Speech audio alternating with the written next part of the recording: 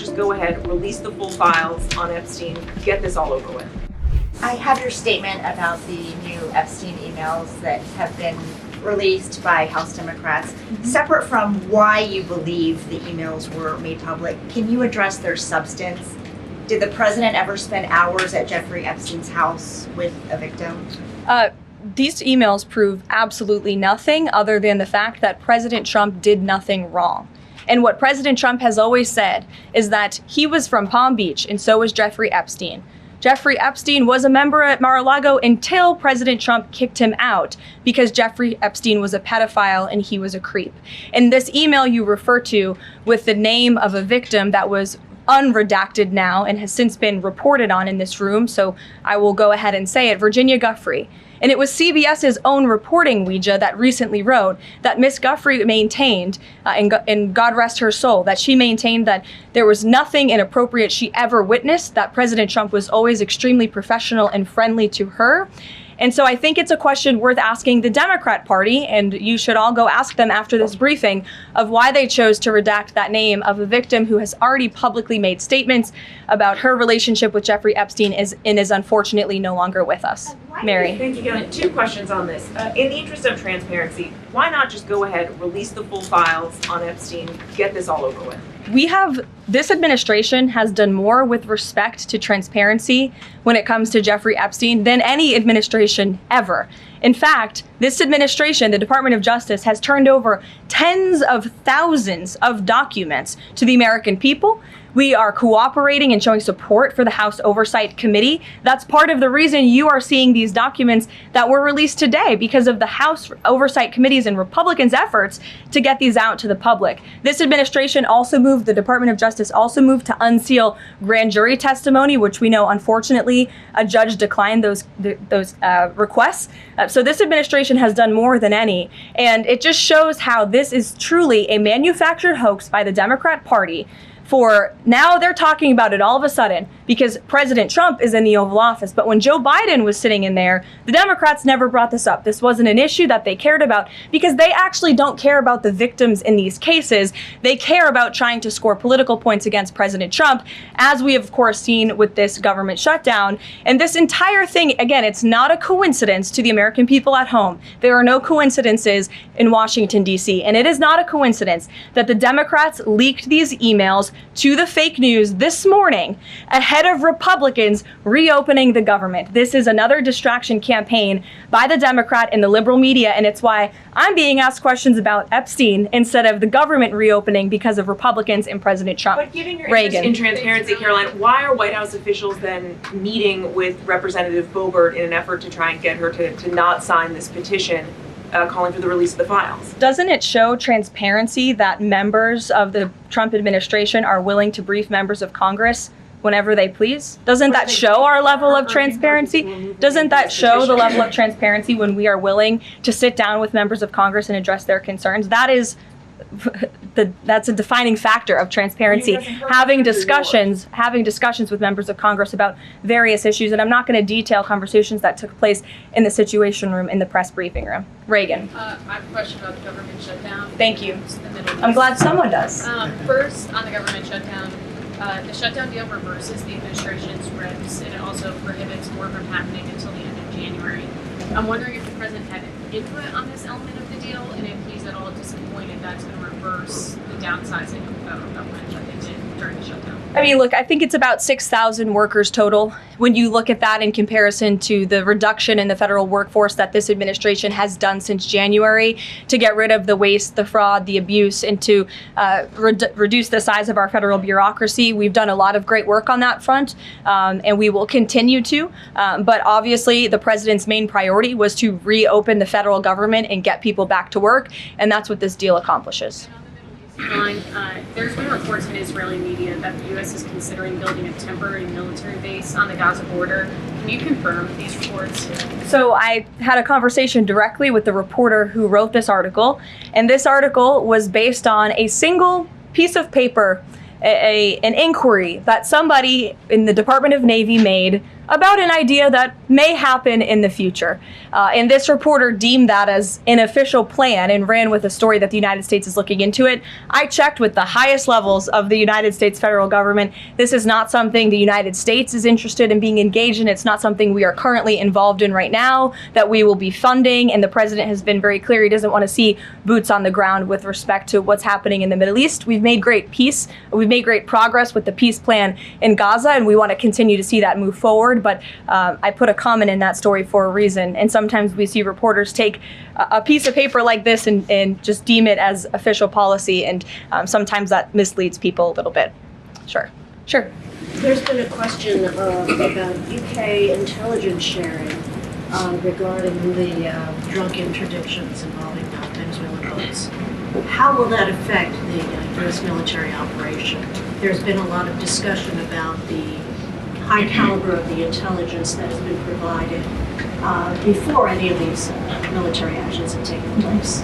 I've seen that report. Oh, hello. I've seen that report. I'm familiar with the reporting, but we don't comment on intelligence matters, classified intelligence matters, as you know. As for the Trump administration's position on our narco-terrorist campaign in the Caribbean, it is going to continue. And the president has made it very clear he's not going to allow terrorists to bring illegal drugs that kill American citizens into our great country. Sure, John. I'll go to John and then Zolan. Go ahead. Thank you so much. Trump has talked about sending out $2,000 checks to U.S. citizens. Earlier this year, he also talked about sending a Doge dividend. That didn't materialize. Should U.S. Citizens expect the $2,000 proposal? Is the White House committed to making that happen? The White House is committed to making that happen, yes. And we are currently exploring all legal options to get that done. I don't have a timeline for you or any further details, but I can confirm for you that the president made it clear he wants to make it happen. And so his team of economic advisors are looking into it. And when we have an update, we'll provide one. Solon. You said at the top that one of the costs of the government shutdown was that people missed their SNAP benefits. Mm-hmm. Can you explain then why the administration went to court to fight the funding of food stamps and SNAP benefits? So recipients missed their SNAP benefits because the Democrats shut the government down. And they forced the administration to tap into a contingency fund that did not even fund the full entirety of this program. And so then you had an unhinged judge who was trying to dictate from the bench what the executive branch has to pay for and where that money has to come from. That is judicial overreach at its finest. And so that's why the administration pushed back on that. We can't have the judicial branch telling the executive branch that we need to rob the Children Nutrition Fund, which is what this judge was trying to do, to pay for SNAP benefits. That's completely inappropriate and it's unconstitutional. And we've been proven right with that legal argument. But now the good news is, again, thanks to Republicans and in several hours, President Trump, the government is going to be reopened and SNAP recipients are going to receive their full benefits, which is what President Trump has always wanted to do. Stephen. Why also did you need the judicial process for that? I mean, during this shutdown, didn't the administration have a responsibility to tap into any of those reserves to ensure that essentially we did. People could rely on? We did tap into it. We did tap into the contingency fund. And then the judge told us, no, you have to get more money from a children's nutrition fund. And we felt that was judicial overreach. You shouldn't tell the president which fund he has to rob because the Democrats are holding the country hostage by shutting down the federal government. Stephen, go ahead. Well, if the president is considering a pardon for Ghislaine Maxwell? Again, he's answered this repeatedly. It's not something he's talking about or even thinking about at this moment in time. I can assure you of that. Stephen. Caroline, I've got two questions about New York for you. Sure. First, you always do. Mayor-elect, on brand for the New York Post. Mayor-elect Mamdani, he said that he plans to reach out to President Trump and that, quote, this is a relationship that will be critical. Does the White House have a response to this planned outreach? It's the first time I'm hearing of it. I'll let the president respond himself to that comment by Mr. Mamdani. My second question. Jack Schlossberg, the grandson of President Kennedy, announced today that he's running for Congress. He, in the recent past, has referred to his uncle, the HHS secretary, as, quote, a rabid dog. And he has said that the Trump administration is, quote, the most corrupt in American history. Does the White House have a comment on this sort of comment from a rising star in the Democratic Party? I don't even think such ridiculous comments are responding to. Obviously, those things are not true. And Secretary Kennedy is doing a phenomenal job bringing transparency and the gold standard of science back to our healthcare system. Eamon. Thank you, Caroline. The president's hosting a number of Wall Street CEOs for dinner tonight here at the White House. Can you give us the names of the CEOs who are going to be here and give us a sense of what the president's message to Wall Street is going to be tonight? I don't have a full list for you in front of me, Eamon. I know you've reported on some names and we've helped you navigate whether those names were truthful or false.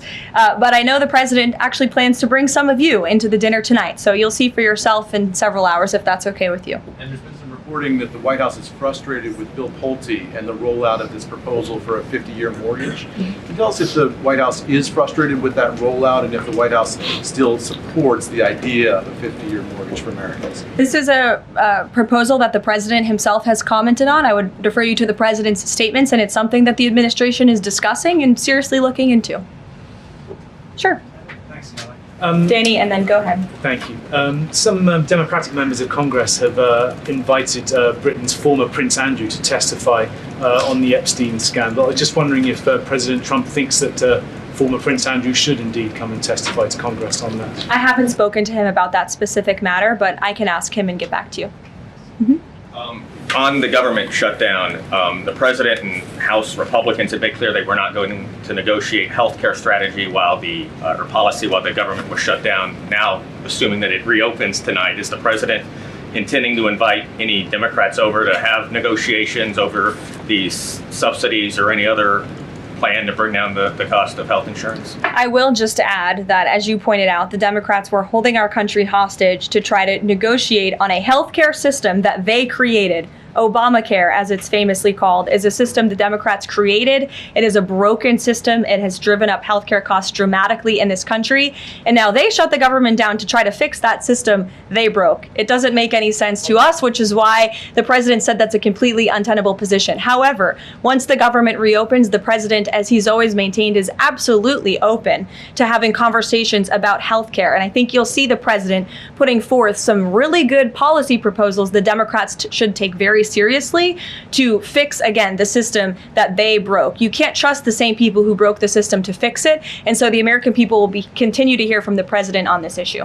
Follow up on the question about the $2,000 payments of tariff revenue.